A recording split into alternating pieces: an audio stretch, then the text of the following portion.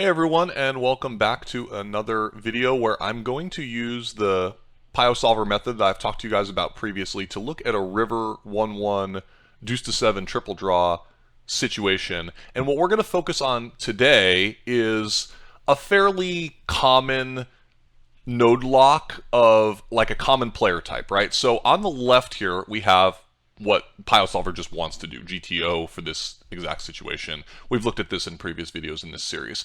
On the right, I've node locked Villain's strategy for out of position in this 1-1 river situation. And you can see the differences. What we have here is Villain's just betting all of his good hands. He's not mixing in any check raises. He's betting down to the King-Jack Hold'em combo, which if we look over at our little handy-dandy conversion here, we see is basically all his nines. So he's just betting good hands. If he makes a 9 or better, he's going to bet for value.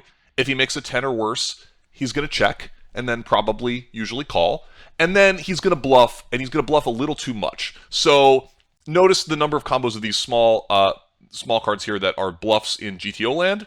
Basically these 4 possible hands and not even 100% combos. And here I'm having him bluff all those 4 at pure plus 3 additional combos, which is down to like the third pair in his hand. So this is very, very common. People make a pair on the river in triple draw and just feel obligated to bluff. So we're noticing that he ends up betting approximately the same frequency, just with a shift in strategy. He's betting 42% of the time in my node-locked sim, and in GTO he's betting 40% of the time. So if you're playing with someone in a live poker situation, you might not really even notice that they're drastically out of line in these spots, because their frequency looks sort of reasonable. You really have to see the showdowns to notice what sort of, mistakes that they're making. And we'll notice the drop in his overall EV. So here, his EV in the node-locked sim is 247, in GTO, it's 254.5. So he's losing about 7.5% of a big bet with this flawed river strategy. But now let's look at it in a little bit of more detail. Let's look at what happens after he bets. How will the in-position player respond knowing this strategy in a node-locked best response max exploit sim? Well, let's look at the key differences. The obvious one jumps out at me. Look at the fold frequency. Normally, we're folding 18%. We're getting a pretty good price. We're obviously going to want to call. Look at the fold frequency. We're basically never folding. We're just folding the pairs that can't be even some of his bluffs. And then even amongst those, we're bluff raising a lot. So the solver just wants to call whenever Villain's bluffing too much. It's calling down to like third pair in its hand here. It's just basically never wanting to fold because Villain's just bluffing too much. And then it's also not raising as much. So look, we're only raising 15% overall. Here we're raising 24%. So look at all these thin value raises that drop out against this new strategy. Why?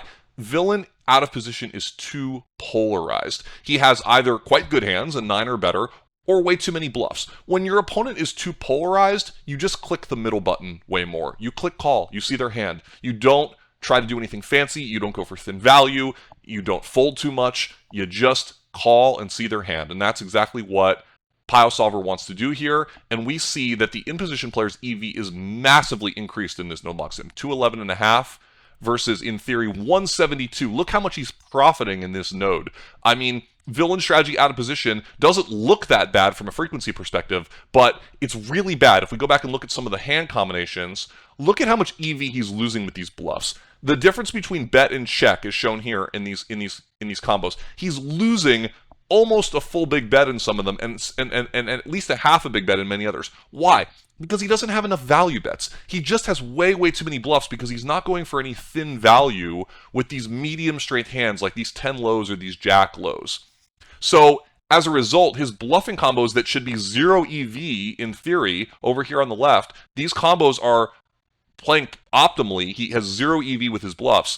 All of a sudden, they're just massive losers, and the profit of all those hands is going into the in-position player who can just click call. One more thing to look at would be what happens when Villain checks after having this flawed strategy. Well, it's actually not that big of a difference. So here we have the in-position player betting 63% of the time. Here we have him betting 60% of the time. We can see very little strategic difference in the in-position player's strategy versus the node lock here. Why? Because it just doesn't really matter unless villain is just playing some incredibly weird, flawed strategy, you're not going to want to shift too much. Your value hands just still have value against all those queen low, king low, ace low, small pair kind of combinations. The only real change that we're seeing is just a little less thin value. Notice this like queen 6 hold'em combo, some of these queen 5 hold'em combos. These are the weakest, some of the queen lows that the solver thinks should be bet in theory land, and he's just cutting those out. And cutting out a sliver of bluffs as a result, but basically almost no change to the strategy. Notice that the in-position player actually loses EV in this node. Here, he's only profiting 327. Here, he's profiting 336. This is because villain checked too many of those medium strength hands, right? So we're actually going to value cut ourselves more. Look, in position is going to bet for value with these queen high hold'em combinations, which loosely translate to the jack lows and some of the queen lows in triple draw. And then what's going to happen? Villain is just going to call, right? Villain. Oh, that's another thing that I should throw in there. Let's look at one more thing. In theory, here villain has all these check raises that he can go for because he kept some strong hands in his checking range. Here, villain bet all of his good hands, so he has literally nothing good left. So he's playing a pure call or fold strategy. He's never going to raise. So this is another reason why the in-position player can go for a little bit more thin value, because he's just never going to get raised, right? But even despite the fact that the in-position player is going to get snap-called by all these 10 low combinations, jack low combinations that it can't beat, it doesn't mind. It's just going for thin value with these hands. It knows that there's still a decent chunk of villain's range that it's going to get called by, that it's going to win. So this is a very important thing to understand when you're playing poker. You're not supposed to win 100% of the time when you value bet the river in position and get called. You do need to be willing to value cut yourself a little bit in order to play a proper and tough strategy. So don't worry that you're making a mistake just because you value bet a thin hand and villain called you with a hand that was a little bit better. That is not the node where your big adjustment should come from. Your big adjustments should come from the other situation where villain is drastically out of line when he's betting this messed up range into you. This is where we're seeing a massive shift in strategy from the in-position player. This is the node in which he's profiting way more. The other one is just trying to play the normal poker that we know is right. And don't get too results oriented. Don't get bogged down in whether villain, crying called a slightly better hand than yours or whatever. This is the node to focus on when you're really trying to make changes to your game, because you can generate a lot more EV from situations like this.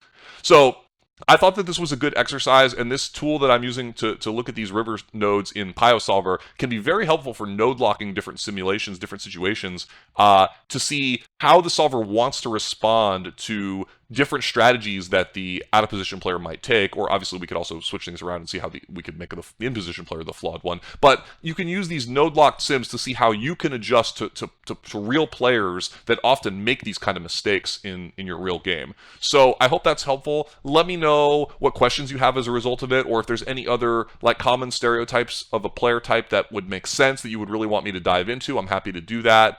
And yeah, we have this tool at our disposal, and let's make use of it to try to figure out how to really generate some EV in these pretty common river situations in a common game in Deuce-to-Seven Triple Draw. So let me know what you think. I'll see you guys in the comments and talk to you all soon.